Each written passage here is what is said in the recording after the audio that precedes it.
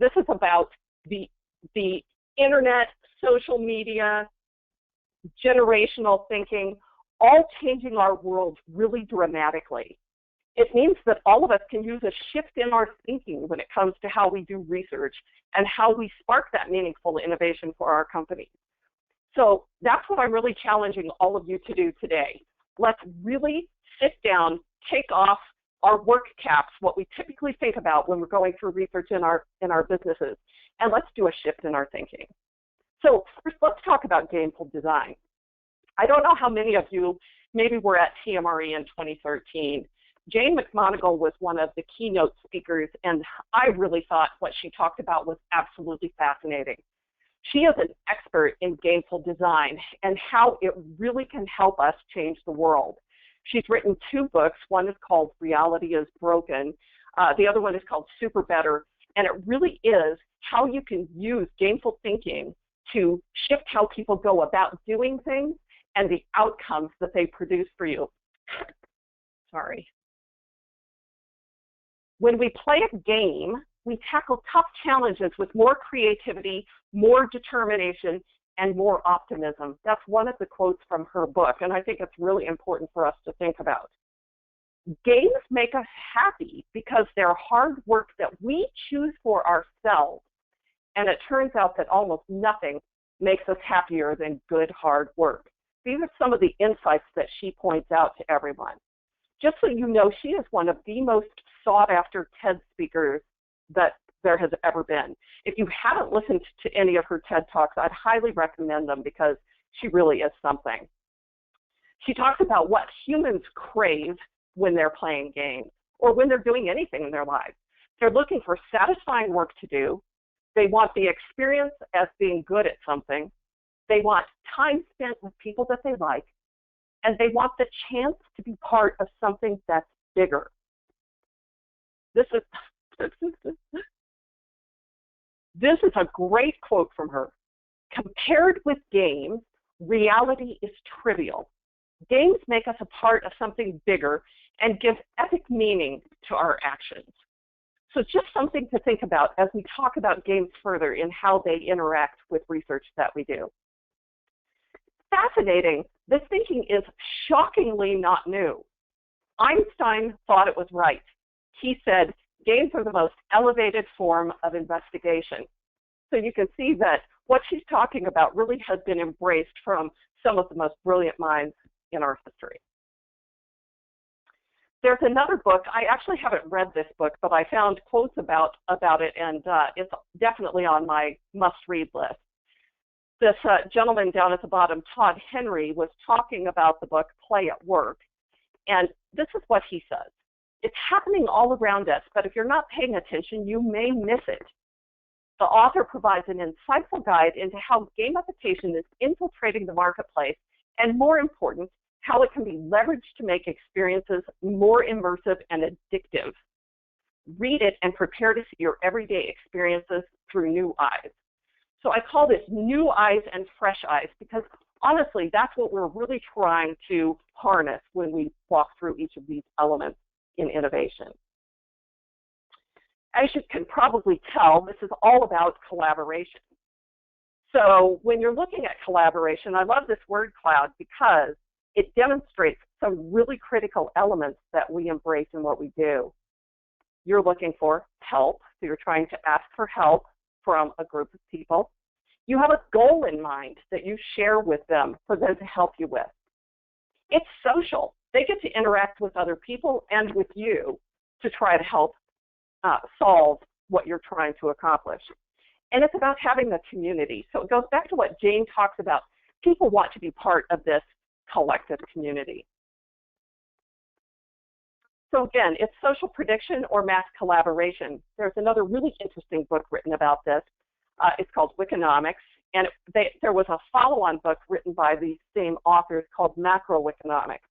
And I'll give you a little bit of information about what they say in their books.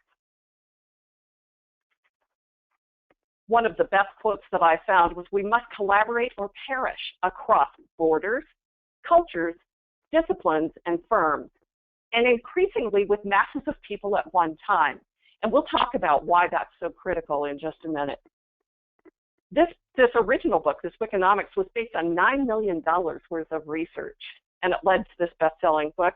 It shows how masses of people can participate in the economy like never before. You are all familiar with crowdfunding and a lot of the ways that crowds are being used right now to co-create. Crowds are creating TV news stories, remixing favorite music, designing software, etc. And that's what they embrace in this book, Wickonomics. And of course, most of you are probably familiar with a book that is near and dear to our heart, James Surowiecki's book called The Wisdom of Crowds. This is one of my favorite books and part of what we really embrace in our business. Bear with me, those of you that have heard this story now 50 times, because I'm going to tell it again because I think it's so intriguing. And for those of you that have not heard it, I think you'll find it fascinating. So one of the case studies that Surowiecki presents in his book, The Wisdom of Crowds, is way back in 1906. So let's go back in time. Sir Francis Galton is a Victorian statistician. He's a progressive of his time. He's a sociologist and a psychologist, just to name a few.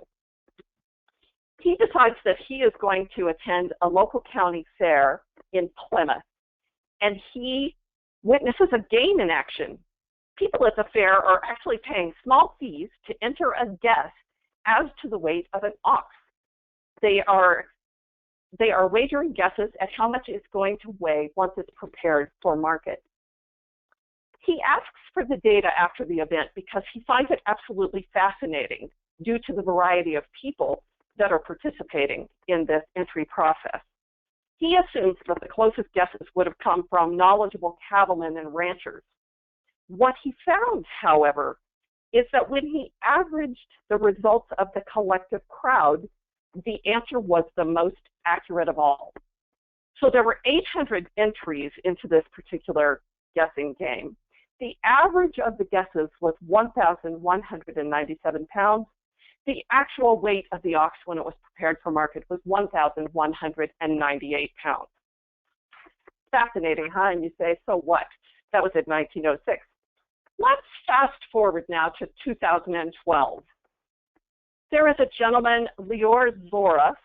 He is a former Microsoft executive, and he always dreamed of speaking at TED. He wanted to speak about the wisdom of crowds because he finds it so intriguing, and it was something that he found profoundly fascinating. One of his friends told him that it was impossible for him to get on the TED stage, but his friends on Facebook and Twitter encouraged him to keep trying. And then he got a challenge on his Facebook page from a 16-year-old. This 16-year-old challenged him to have the audience at TED recreate the classic ox experiment.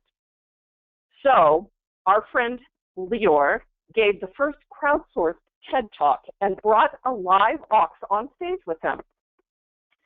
There were 500 guesses at TED. They ranged from 308 pounds to more than 8,000 pounds. The average was 1,792 pounds. That's how much the ox weighed. And the average the actual weight of the ox was 1,795. So that same crowd wisdom held true all these years later, all these decades later. There are many, many examples of this collective wisdom in action today. And I'm just going to cover a few of them just to make sure that we have time for questions at the end. One of them that you may be aware of is the Iowa electronics market. It was introduced in 1988 for the presidential election that year. The faculty at the University of Iowa developed the Iowa electronics market to be an internet-based teaching and research tool. It allows students to invest real money, their own money, $5 to $500, and to trade in a variety of quote-unquote contracts. One of the things that the Iowa electronics market is best known for, of course, is the political markets that it was originally designed for. Students can trade shares of political candidates or parties as the election processes go along, and the payoff is dependent on the election results. The Iowa electronics markets have been more accurate than polling to date. And I'll talk more about that in a minute too. The Hollywood Stock Exchange is another fascinating example. It was started in 1996, and it's used to predict Oscar winners among other kinds of entertainment. It's now a subsidiary of Cantor Fitzgerald, and it's the world's leading entertainment stock market. Participants buy and sell virtual shares of celebrities and movies with a currency called the Hollywood dollar. And predictions, of course, have been more accurate than even those of Hollywood insiders. So even talking to judges around Oscar time, the predictions from the Hollywood Stock Exchange are more accurate than what they think. And then, of course, one that we all love to talk about, who wants to be a millionaire? One of the lifelines that participants have, as you know, is to ask the audience. When they do that, each member of the audience makes a separate and individual vote for the answer that they favor.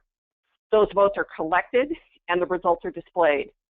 It's often very obvious what the favored result is for a particular answer.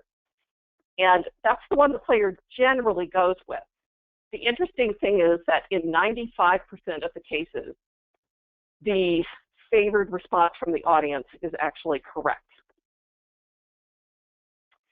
Now I'll talk about David Rothschild. Again, someone that I've been interested in. I've been reading a lot about what he does and how he goes about it. His work, he works for Microsoft Research, and he is deeply involved in building prediction and sentiment models. He's organizing experimental polling and prediction games, and he's been doing it since 2012. His work's been utilized by Bing, Cortana, Xbox, a lot of different companies. Fascinatingly, he has correctly predicted many things. In 2012, February of 2012, he predicted 50 of 51 electoral college outcomes. He averages 20 out of 24 Oscars from 2013 to 2015, and 15 of 15 knockout games in the 2014 World Cup. So he's using prediction markets and the wisdom of crowds to help him make these predictions. He has a platform called PredictWise, and that is used frequently by the press. You can see this very esteemed list of press outlets that use the predictions from PredictWise in their stories. One of the things that he points out is really important, because collaborative innovation is not about everybody doing everything. He points out one of the shortcomings of polling. Conventional pollsters don't think about somebody who's self-selected. They go to random people. And what he's saying is, we're reinventing survey research. So I think it's up to all of us today.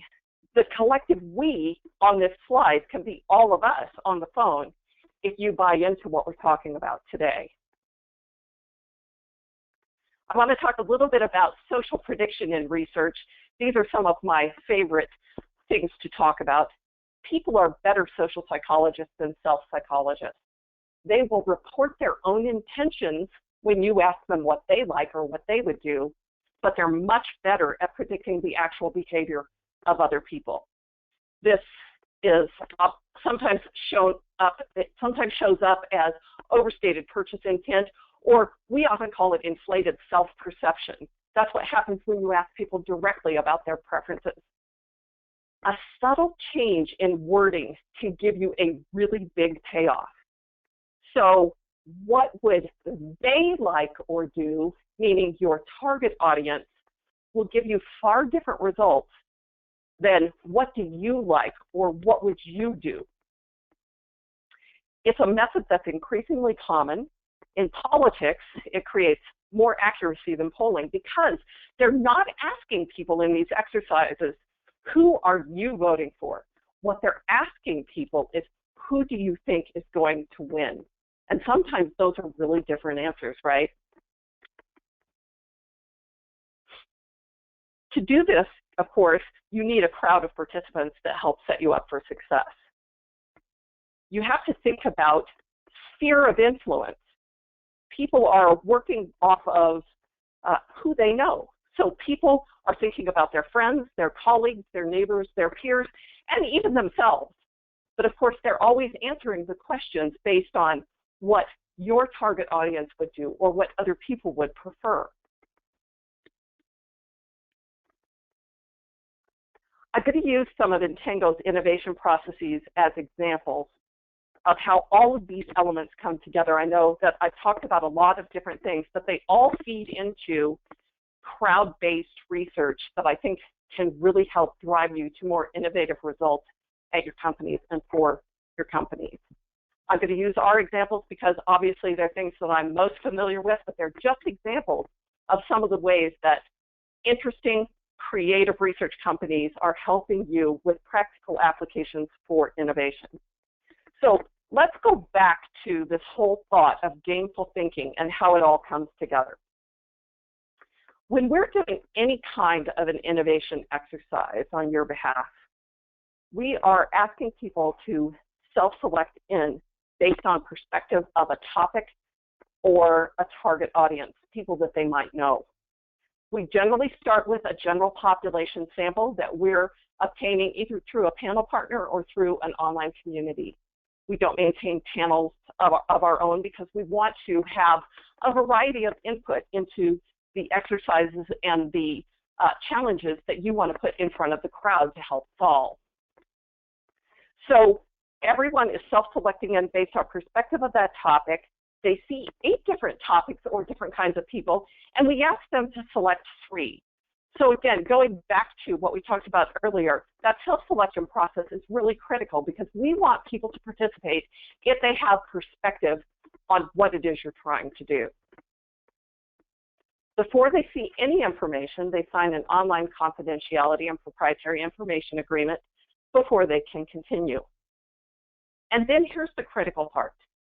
We need to give them background information, not only about what problem you're trying to solve or what challenge you want to solve, but we also want you to tell them who your target audience is in relative detail, because we want them to tap into that sphere of influence that they have and make predictions about people they know. I use diabetes as an example. I know it's kind of a morbid example, but I think so many of us have been impacted by diabetes in one form or fashion. I don't have diabetes, but one of my best friends does. My father had it. So if you want to find out the kinds of advertisements, as an example, that might influence diabetics to do something that you want them to do, I can probably help you predict that because of the knowledge of my best friend and the knowledge of my dad. I hope that makes sense to everyone. So again, gameful design, get ready to play. One of the things that we do is ideation work. And in that process, I like to remind everybody that they should think about this quote from Jack Dorsey, the co-founder of Twitter. An idea that can change the course of the company can come from anywhere. So many times we work with companies that, they've got a whole list of ideas that they've come up with internally. They have an innovation team that is on top of their consumers, and they have ideas of what they want to put out into the marketplace. I don't know that we have ever gone through an ideation process where we didn't, A, find new ideas that they hadn't thought of, and B, that those ideas didn't come to the top of the list. So you really need to think about the fact that other people can give you really great input into your business. The quote down at the bottom from John Cage, I can't understand why people are frightened of new ideas. I'm frightened of the old ones. It's absolutely true. So with ideation, you can help find problems that people might have with your category. So if you're not exactly sure all of the issues that your target audience has with what you're doing in the marketplace, we could probably vet those for you. New product ideas, names for products, taglines, claims, product extensions, important words that you might use in your marketing to capture your target audience's attention. Those are all the kinds of things that we've done with these ideation processes. So in the exercise, the participants see a sample of the ideas that came before theirs. They get to give a very high-level rating, a thumbs up or thumbs down rating to those ideas based on whether they think they're good ideas to answer your challenge or not. And then before they move on, they have the opportunity to also contribute their ideas. that are then used in the sample process for the participants after them. Typically, we're using an N of 250 in this process, and it's fascinating. We've generated ideas lists from 80 to up to 800 when we did a naming process. So it's fascinating when you can see the ideas that come out of this kind of an exercise. One of the great things is that ideas can lead to even better ideas. So once an ideation process is finished, we give you the list of ideas, and your team internally will go through those ideas. You'll take out any that you would never consider. For instance, if it's a naming ideation, you might remove names that are owned by your competitors or that you would never be able to lay claim to. You can edit ideas that are in the list, and you can add ideas or discard ideas, however you'd like. From there, we take you through an idea filtering process where you now give us your list of ideas that you want us to give a rough ranking to. The issue when you're going through ideation is the last participant may give you the best idea, and there will be very few, there will only be one thumbs up indicator against that idea.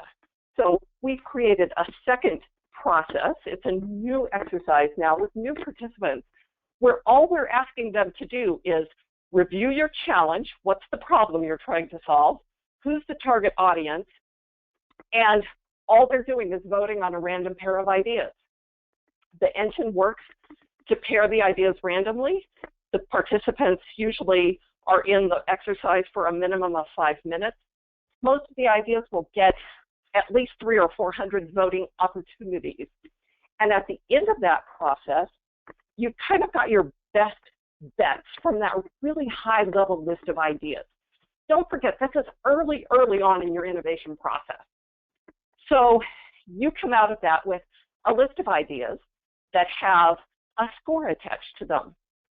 If, for instance, idea number 10 has a score of 74, it means that 74% of the time, that idea would be selected as best if it was randomly paired with any of the other ideas in the idea set. All this is doing is helping to set you up to the ideas that you may want to build out a little further. So again, you've gone into this innovation process and this early ideation and this idea filtering process with maybe 100 different ideas. Now you can see maybe the top 10, 12, 15 that really have merit to your business, that your team agrees is something that you can and should pursue. You may whittle that down to perhaps 8 of them and build them out into consistent concepts. We're not saying you should build them out into something that's ready for production. It's just a consistent description that can be used in concept testing and concept screening. So from there, we would take you into a prediction market game. We've talked about this at a really rough level, but I'll talk about some specifics about how our prediction market platform works. There are a lot of different prediction markets in the marketplace designed to help you understand best concepts out of the set that you're testing. Ours is actually patented for concept testing, and it's being presented as an online investing game. So going back to all of the game thinking that Jane McMonigal talks about, why it's so important to get people really involved and excited and ready to assist, that's what we put into the build of this prediction market game. Everyone in this game gets 1,000 virtual dollars that they get to invest in your concepts as if they're stocks. So they go through the same process that we've already talked about. They self-select into the process based on knowledge of your category or knowledge of your target audience. They review background now that is more specific. Here, we're trying to identify the best product, the product that millennial moms will purchase most frequently. Let's say millennial moms are your target audience. So they understand that they're trying to identify out of, say, a set of 8 new product concepts, which one millennial moms will purchase most frequently. They take that 1,000 virtual dollars that we give them, and they use that to invest in those concepts. Once they're done making their investment, we take them to a screen where we ask them why they invested the most in the concept that they did, and another screen where we ask them why they invested least in the concept that they invested least in. If there are ties, we do force them to break the ties, because at the end of this process, you will not have flatline results. You will have a rank order of your concepts. The interesting thing about the whys is that, I'll come back to that screen, you get both quantitative research and qualitative research. We give you a rank order of the concepts themselves, and then we tell you why. So the qualitative insights are really, really critical. And let me go back up to the screen that I skipped over. It's important when you talk about this gameful design, when it's in this format of a prediction market, the participants, not only do they want to win the game, they have skin in the game. They are paid a regular survey incentive, of course, to participate, but they also can win actual money for correct predictions. So part of the reason why the qualitative insights are so robust is because they want us to understand why they've made the investments that they have. And I have to tell you, it is absolutely fascinating.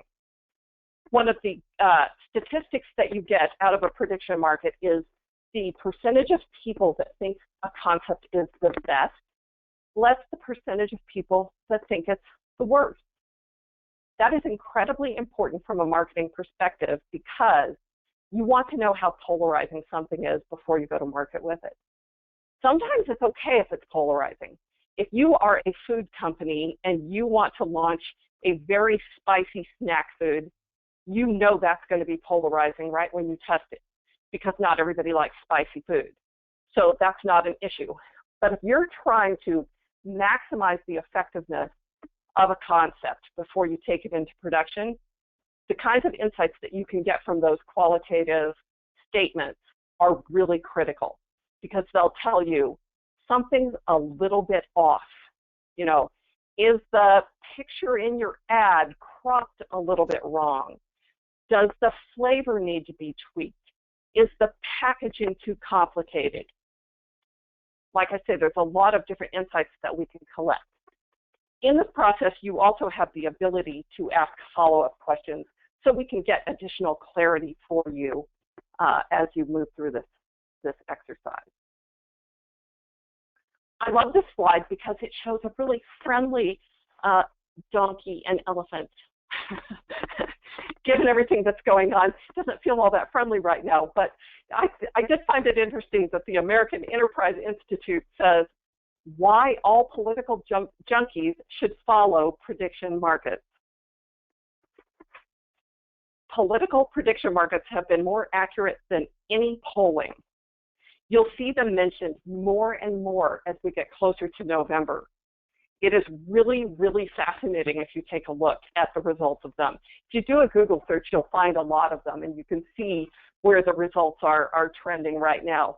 And there have been a lot of interesting discussions about how Wall Street is following the prediction markets, because it's an important input for them as they start to think about who the next president is going to be.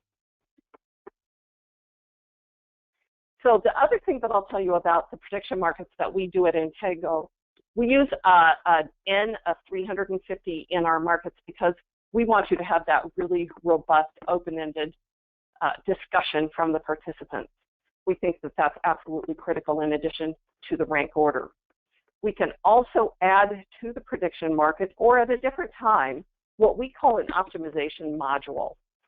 That module is designed to help you understand what you can do a little bit better with the concept before you get into production. So you'll get some of that in the typical open-ended comments, but if you ask people very specifically what could be improved, you'll get some of what I like to call back-end ideation as well. So that's interesting input as you're working on product development. The great part about all of this, to me, is that it's a combination of art and science. And I think that's where the true insights in research really lie. I think sometimes we get maybe a little bit too hung up in what the actual numbers are, and we forget about the human beings that are behind who we're really targeting. If we ask people that know them, if we go out to their sphere of influence and ask other people why they would buy something or why they wouldn't, we get that art, that softer side of the art of finding the true results of what we want to do. So let me just go to another exercise that we did that I think is particularly pertinent to what we're talking about today. We did a prediction market at the beginning of the year for one of our clients. You know, it was great. They had already validated the prediction market results against traditional concept testing that they had done previously. And by the way, we've done that many times, so we know that the rank order stacks up. But we wanted to find out what the participants really thought about what they were participating in. So the client let us ask some questions once the prediction market and follow-up questions were done. And I think they're really, really interesting results. We asked the participants to think about a recent situation that they had with someone that they know and asked them, you know, what did this person tell you they were going to do? How did you know they weren't going to do it? And what did they actually do? These were open-ended questions, and we had a lot of people answer things like, you know, my girlfriend, she should have dumped her boyfriend. I knew she wasn't going to because she doesn't want to be alone. There were some interesting comments about, you know, people that said they wanted to lose weight. They didn't do it. Why did the person know that they weren't going to do it? How could they predict that the person wouldn't actually do it? And they would say things like, well, you know, I know he's really lazy and he likes potato chips. So it was fascinating feedback for us. But in addition to that, we asked these people what kind of research they prefer. We asked them to think about research that they have participated in the last 6 months. And did they prefer what they just did or more traditional research that they've participated in? 83% of the participants said that they preferred the prediction market.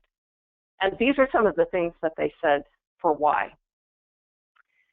This makes a person feel like their opinions really matter. It makes the survey taker feel more involved. It also makes things so much more fun, so they're getting at that whole gameful design piece. It's more engaging than the usual survey. It really made me think about my answers. It's different. I've never seen one like this before. It required some real consideration to answer some of the questions. It allows input rather than a simple choice of one or the other. We found that information absolutely fascinating.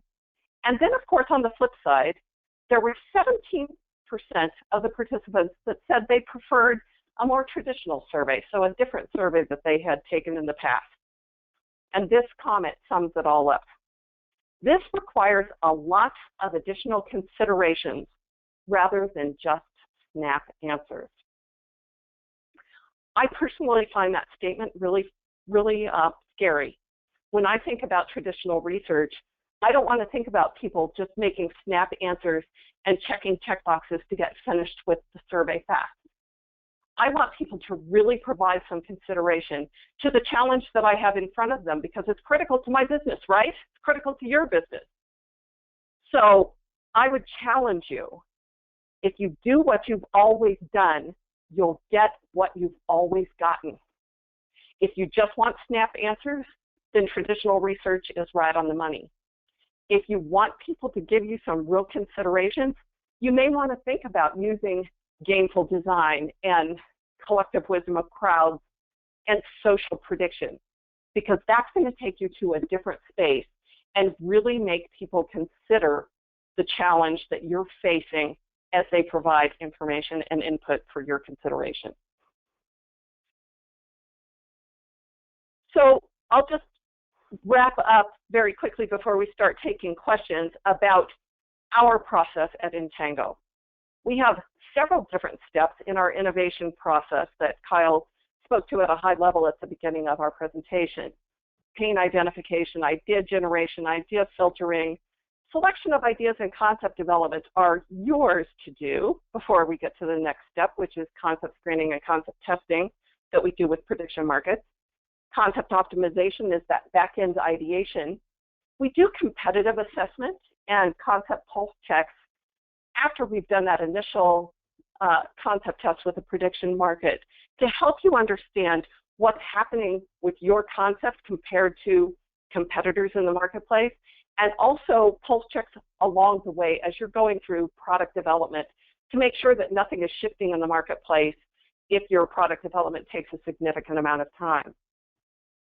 All of these steps are designed to be very fast. You can use them in isolation or in any combination that works best with your current processes. So we can work with anything that you might be doing and add just ideation or just idea filtering or just a prediction market, depending on where you're at and what you need. I think you'll find them all competitively priced, and we are quite nimble.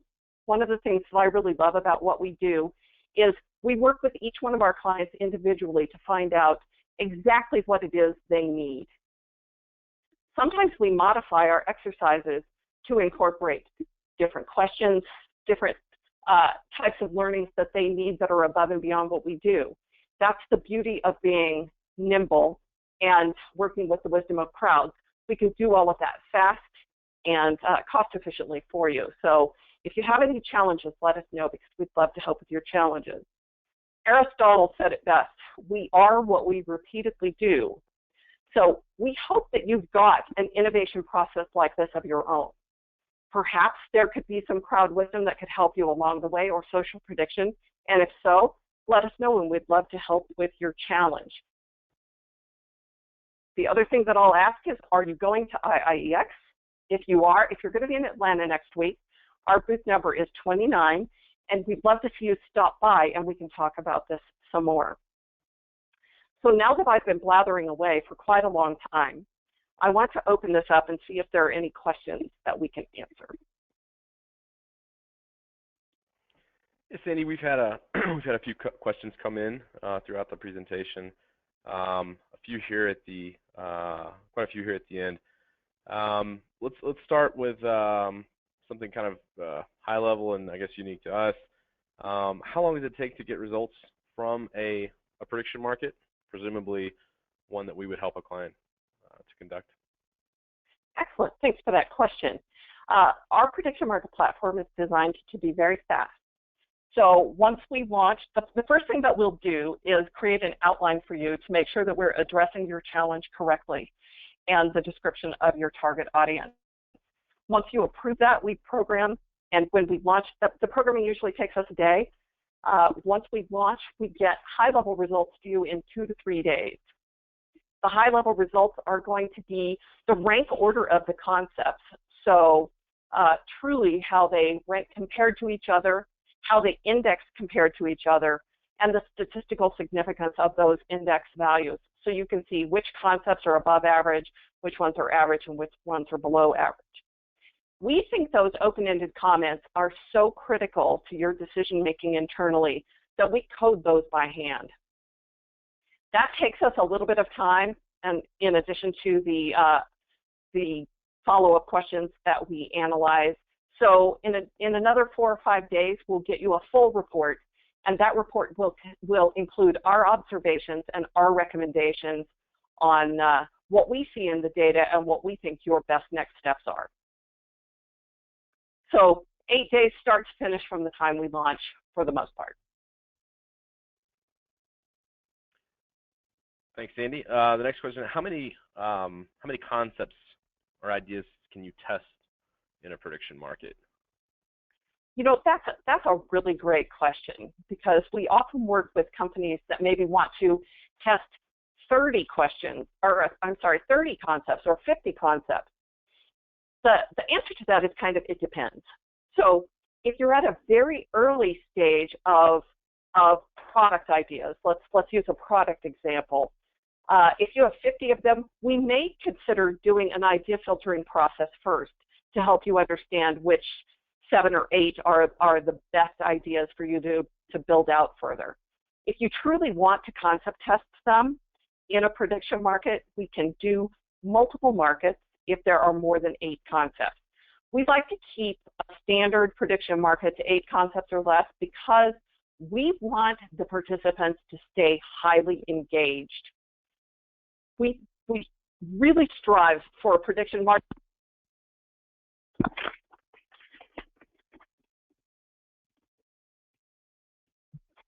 Sorry about that. Can you hear me? Yeah, we're good, Sandy. Okay, thanks. We really strive for a prediction market to be 15 minutes or less because these people are playing a game. They are highly involved in it, and they're psyched. They want to win. We don't want them to feel bogged down as if they're participating in a standard survey. So, like I say, up to 8 concepts is usually what we test in a prediction market. If you have more than that, we'll create multiple markets with one concept held constant across the markets so that we can compare the results. So if you have 21 concepts, we would run 3 markets with 8, am I doing that right? All with the same number of concepts with the one constant concept across all of them so that we can compare the results. Did that help? Yeah, I think that answered the question, Sandy. Thanks. Okay, so the next question. Can you talk about some specific examples of how a crowd has predicted the preference of a very targeted group of consumers, so something that's pretty low incidence? And then as a follow-on to that, how did you validate the crowd prediction against the targeted consumer? That is a really, really great question. We actually presented a case study at MRA, the ISC, where we worked with Sapient, the big branding agency that was naming a sub-brand for one of their clients. So their client was a nonprofit association, membership association, designed to help educate people in a particular industry. And what they were finding is that the membership was aging and they were not attracting millennials well. So they realized that they needed to create a sub-organization, a sub-brand, if you will, designed specifically for millennials. And they absolutely did not believe that an overall crowd could predict what millennials would prefer. What we did in that instance is we ran a prediction market. So the first thing that we did was ideation around names. We seeded Sapient's creative team's names into that process, like I talked about before, and then we had our participants offer some additional name suggestions along the way.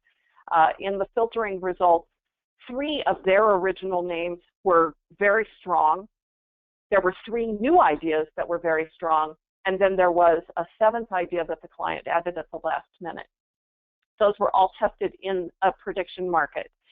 And because we wanted so specifically to identify what would resonate with millennials, we did half of the participants with a crowd, with a general population crowd, and the other half with millennials themselves. And we compared the results in the prediction market between just millennials and the crowd. The fascinating thing is that the results were the same. The name that won was a name that came out of the ideation. And the organization actually launched with that name at the beginning of 2014. So that's one of my favorite examples because we often will say, you know, we're so different, nobody can predict us.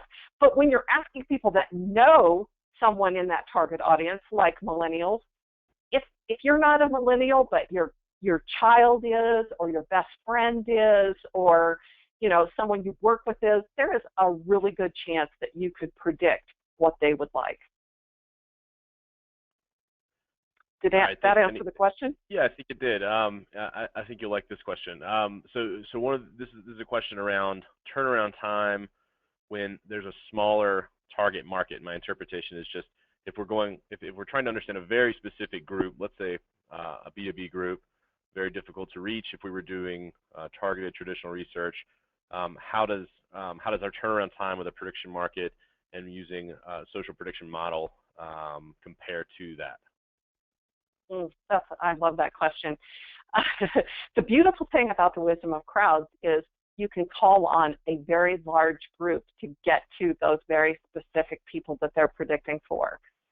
We did one B2B exercise last year, about a year ago, where we asked people to self-select into the process based on knowing a particular kind of business person. So in that instance, we actually used a consumer general population, and they were self-selecting in based on knowing somebody that had a particular business occupation. So that's one way we can get at it, but it's very fast. Depending on how targeted it is, we may add a couple of days, but it's still going to be very, very fast compared to what you're traditionally doing, because we're not recruiting a target audience. We're recruiting people that know the target audience. Anything you'd add to that, Kyle? No, I think that sums it up, Sandy. So we'll move on to the next question, and we've got time for a few more. If you haven't noticed in the GoToWebinar panel, there's a section for questions. Obviously, many of you have found that, but if you're wondering how to ask a question, you can find that there in the sidebar. We'll get to as many as we can. We've got a little over 5 minutes here, so we'll keep it going here, Sandy. So okay. This question is around. We see that we can use prediction markets to test product ideas. One challenge this person has is they have a new product, new to their business, new to their company, new to the marketplace, and they're trying to understand which segment of the market this product is really going to where they're going to have the most success. Can you speak to that a little bit? I love that question. So I think I mentioned at the beginning of this, I have a segmentation background.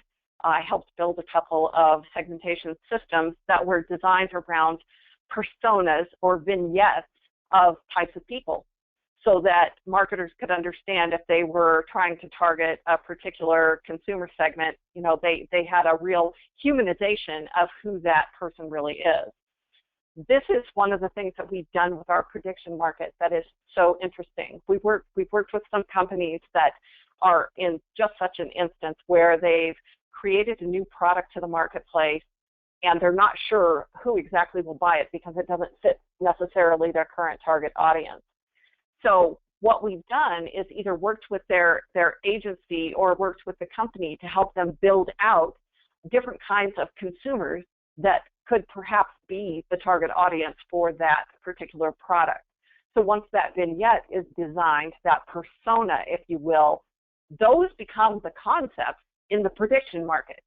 So the background information is actually about the product itself. So the participant has a really good understanding of what the product or whatever it is, let's say it's a product, what the product actually is, and then in the prediction market, they're answering that critical business question, which of these consumers are most likely to buy that product? So it's really interesting. And with the self-selection question, they would be self-selecting in based on knowledge of that product category. So they wouldn't be dependent on knowing something about that company's current target audience. They would know something about the product and be making predictions about what kinds of people would buy that product. Very fun, very, very interesting, fun work. Thanks, Sandy. We've had a few questions that all are around a particular topic, and that is, how do participants know that they've won? We talked a little bit about a bonus that they can earn based on their predictions, and people are curious, how do we determine who receives that bonus? Good question.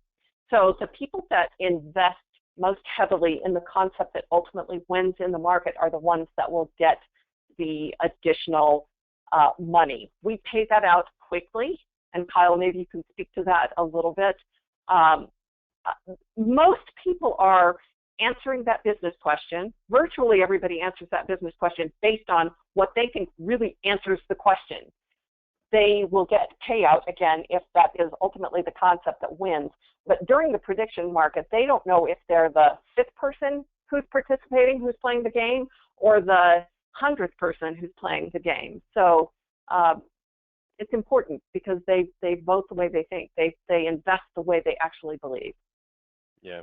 Anything you want to add to that? Yeah, I'll add to just a bit. So each participant is investing, and it's truly an investment because they're only going to earn a bonus if they've invested correctly, if they've invested wisely in these predictions. In a lot of ways, these markets self-resolve.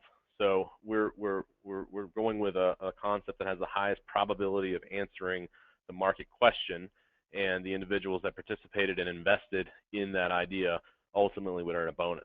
Now, just to get very specific about what that is, each participant gets 1,000 virtual dollars to invest in the market, and we have an exchange rate that converts those virtual dollars that they earn based on their investments to real U.S. currency. So participants in our markets, depending on how we set things up and what sort of incentives we want to put in place, can earn anywhere from 5 cents to $10 in additional U.S.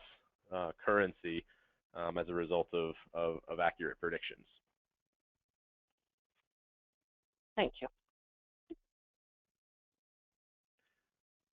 Let's see here. Okay, so last question. It looks like we've got time, I think, for one more. Why do you have participants self-select based on category knowledge or interest? You want crowds with you want a diverse crowd, so why don't you want experts? I'm sorry if I haven't stated that correctly, but I think the gist of the question is, why do we have participants select a product category or knowledge rather than just going out to the general population and bringing in everyone and even more diversity of knowledge and opinion? We want people that have some sort of a perspective on what we're doing. You could ask the general population, but if I'm trying to think of a good example, some people just may not have any knowledge at all about a category. And while we want diversity, we also want people to have some baseline of information that they're making predictions from. Again, this doesn't have to be something that's personal to them, but it's something that they observe in their sphere of influence. And that's critical to making it sing. Kyle, anything you would add to that? I think the only thing that I would add is that in a lot of the examples that we've shared today, like the IEM, the HSX, and in many successful prediction market environments, the thing to remember is that the participants there have chosen to participate. They've signed up. They've only invested in questions they feel qualified to answer.